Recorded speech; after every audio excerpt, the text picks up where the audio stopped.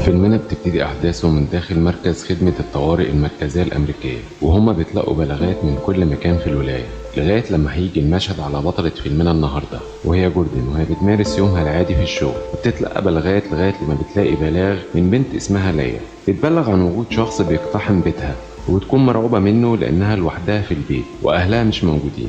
جوردن بتحاول تطمنها وتهديها وبتقول لها تتصرف ازاي وبتعمل ايه، وبتعمل بلاغ للشرطة وبتطمن ليا وبتقول لها ان الشرطة هتجيلك في اسرع وقت. جوردن هتقول لها دوري على اوضه واستخبي فيها واقفلي الباب عليكي، وهتستخبى من المجرم، وجوردن معاها على الخط وبتحاول تطمنها. والمجرم في الوقت ده بيكون بيدور عليها جوه الشقه. المجرم هيلاقي شباك البلكونه مفتوح، فهيفتكر انها هربت وهيطلع يجري علشان يلحقها، بس ليا هتكون مستخبيه تحت السرير. ودي كانت خدعه من ليا للمجرم. وجوردن بتقول لها خليكي هاديه والشرطه هتوصل في اي لحظه. وليا بتقول لها ان المجرم طلع فعلا من الشقه، بس وهي بتتكلم الخط هيقطع وجوردن هتعمل اعاده اتصال بالرقم.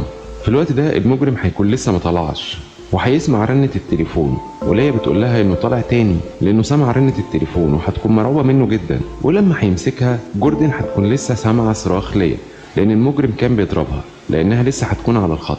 والمجرم هيشوف التليفون اللي كانت بتتكلم فيه، ولما جوردن هتسمع نفسه في التليفون هتحذره وتقول له ان البوليس جاي وانه هيتم القبض عليه، وبتنصحه انه يسيبها ويسلم نفسه فورا. بس المجرم بيقول لها كلمه واحده بس، ان الامر انتهى. وفي الاخر المجرم بيخطفها والخط بيتقطع وبتنتهي المكالمه. وجوردن بتكون منهاره من اللي حصل، والمديره بتاعتها بتسالها هو ايه اللي حصل، وان اتصالها هو اللي كشف موقعها بسبب رنة التليفون. وجوردن بتقول لها انها ما كانتش عارفه هي بتعمل ايه او مش مركزه، وان تصرفها كان لا ارادي. تاني يوم وهي رايحه شغلها بتسمع في الراديو خبر خطف البنت، ولما بتوصل على مكتبها بتكون متوتره جدا. بس صاحبتها بتحاول تطمنها وتقول لها انها تكون بخير، وبتشجعها انها تكمل شغلها عادي وان الموقف ده ما ياثرش عليها، لغايه ما هتشوف في الاخبار على التلفزيون ان ليا اتقتلت. والموضوع ساعتها هيأثر عليها قوي. وزميلها في الشغل بيحاول يهون عليها الموضوع وبيقول لها انها عملت اللي عليها وانها ملهاش ذنب في قتلها.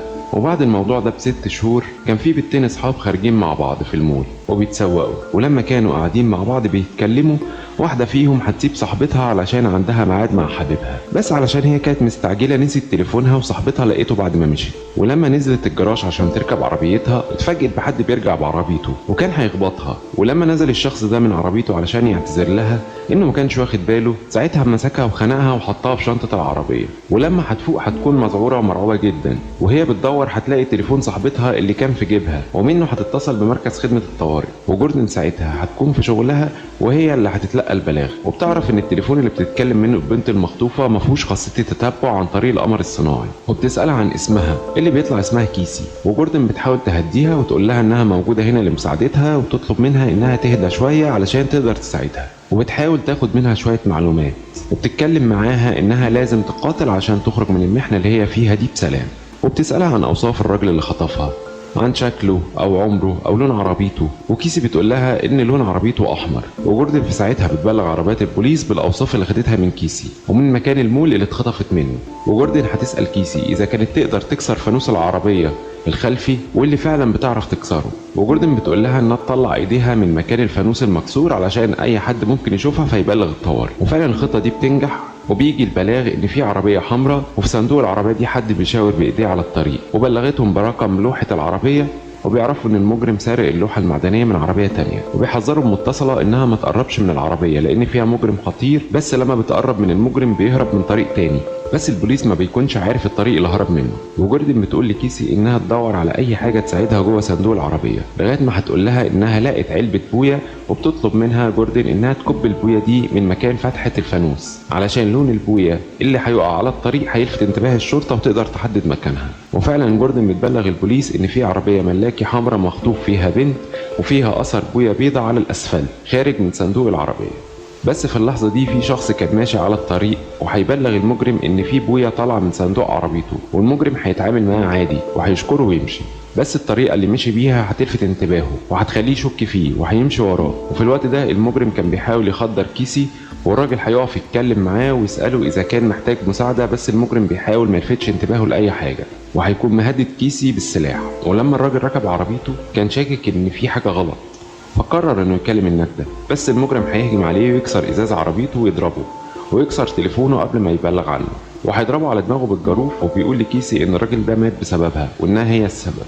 وفي الوقت ده البوليس بيكون لقى العربية المبلغ عنها، والمجرم هيكون بدل العربيات لانه سرق عربية الراجل اللي قتله وخطف كيسي فيها. وبعدين كيسي بتكلم جوردن تاني اللي هتكون لسه معاه على الخط، وتقول لها ان المجرم بدل العربيات وقتل راجل كان بيحاول يساعدها، وانه معاها في نفس الصندوق. وجوردن بتحاول تسأل كيسي عن اوصاف العربية الجديدة اللي مخطوفة فيها، وبتقول لها انها عربيه سوداء. والراجل ساعتها هيفوق فجاه وهيبدا يصرخ بصوت عالي جدا، وكيسي بتطلب منه انه يهدى، والمجرم بيسمع صوته وبيفتح شنطه العربيه وبيقتله، وبيحذر كيسي انها تعمل اي حاجه تانية. وفي الوقت ده البوليس كان بيدور على اي دليل يعرف بيه شخصيه المجرم، لغايه ما واحد من الضباط هيلاقي ازاز على الارض مكسور وهيطلب مسح البصمات من عليه. وجوردن هتكون بتكلم كيسي وهتطلب منها انها تحط ايدها في جيب الراجل الميت وتطلع محفظته، وكيسي فعلا بتبلغها باسمه، وبتعرف جوردن من اسمه موديل العربيه بتاعته وارقامها، وتبلغ الشرطه بيها. المجرم هيكون في طريقه، بس البنزين هيخلص من العربيه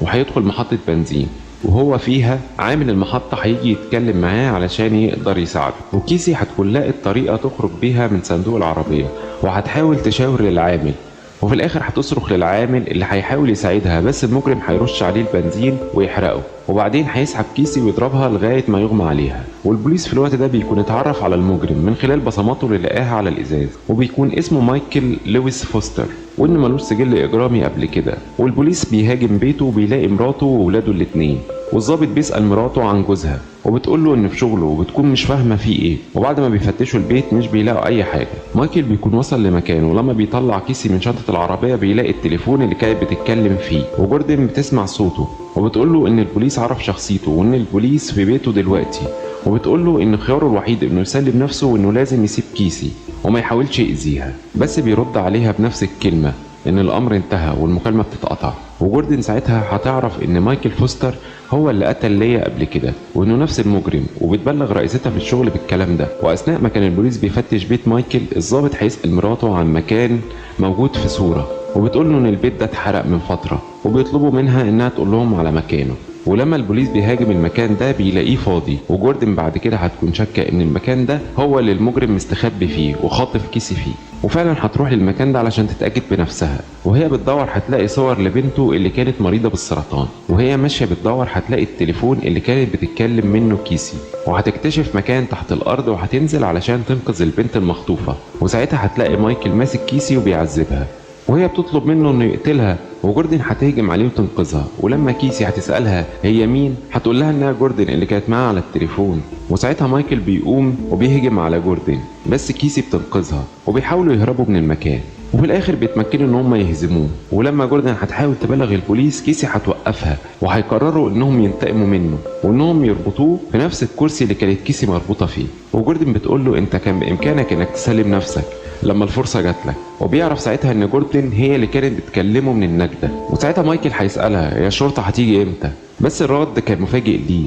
لان كيسي بتقول له انها هربت وان جوردن لقيتها وبالنسبه لك انت اختفيت، وبيسيبوه مربوط في مكانه وبيمشوا. ولو عجبك المحتوى ما تنساش تعمل لنا لايك وتشترك في القناه وتقول لنا رايك في الفيلم، وسلام.